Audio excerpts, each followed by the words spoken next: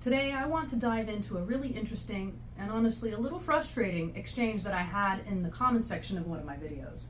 It's a conversation that touches on some deep issues like empathy, cognitive dissonance, and how people react when their beliefs are challenged.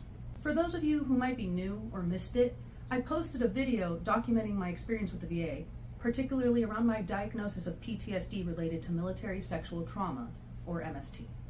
It's been a challenging journey, and I wanted to share my story to shed light on the issues that so many of us female veterans face when seeking care. After posting that video, I got a comment from someone who's clearly struggling with their feelings about what I shared. They wrote, "I want to hate you because you're an angry, delusional leftist, but I also agree with you on so many things and went through something similar with the VA, so I'm experiencing severe cognitive dissonance." So here we have someone admitting that they're experiencing cognitive dissonance. They're feeling conflicted because, on the one hand, they want to dismiss me due to our different political views. But on the other hand, they actually agree with a lot of what I said.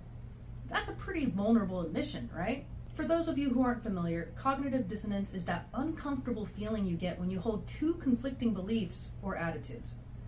It's like your brain is trying to reconcile these two things that don't quite fit together.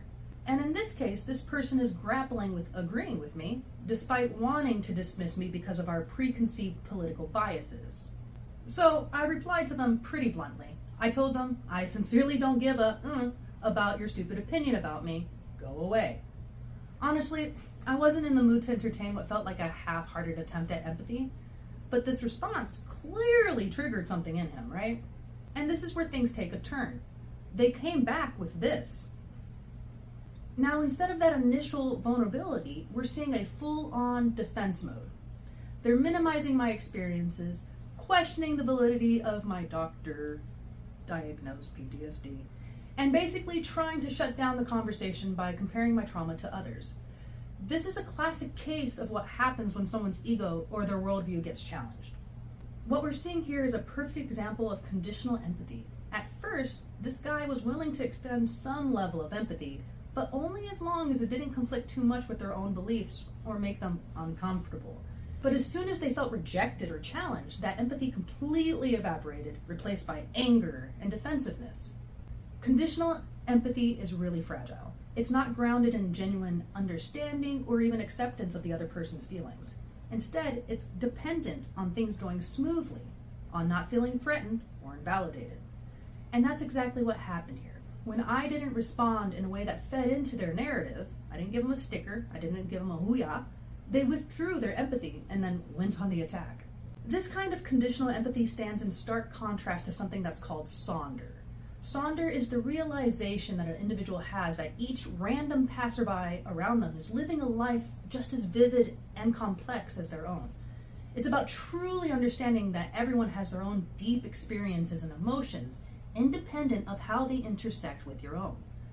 So unfortunately, in this interaction, instead of experiencing sonder, he reverted to a more self-centered viewpoint, where empathy is contingent on his personal comfort and agreement. This exchange isn't just about one common thread. It reflects a bigger issue in how we, as a society, handle mental health, trauma, and even just basic human empathy.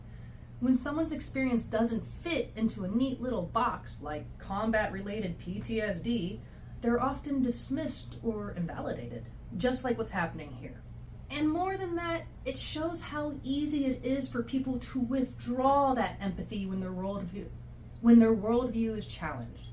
Instead of leaning into that discomfort and trying to understand, they often react defensively, shutting down any possibility of meaningful conversation. So what can we take away from this? First, I think it's important to recognize when our empathy is conditional, when we're only willing to be empathetic if it doesn't challenge us too much. And second, we need to be aware of how we react when we're faced with cognitive dissonance. Are we willing to sit with that discomfort and learn from it? Or do we lash out to protect our egos? I would love to hear your thoughts on this. Have you ever experienced something similar, either from the giving or the receiving end of conditional empathy? How did you handle it? Let's talk about it in the comments. Thanks for watching. And if you found this video helpful or thought-provoking, don't forget to like, share, and subscribe. And remember, any resources that I receive from you guys, from whatever I put online, I share with people that live outside. I choose to use my privilege in this way. Thank you for your time and consideration.